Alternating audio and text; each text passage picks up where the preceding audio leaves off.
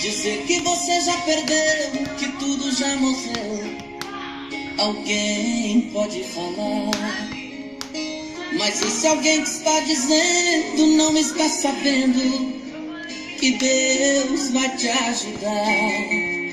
É meio certo sim, descobri que os maiores milagres acontecem no deserto sim.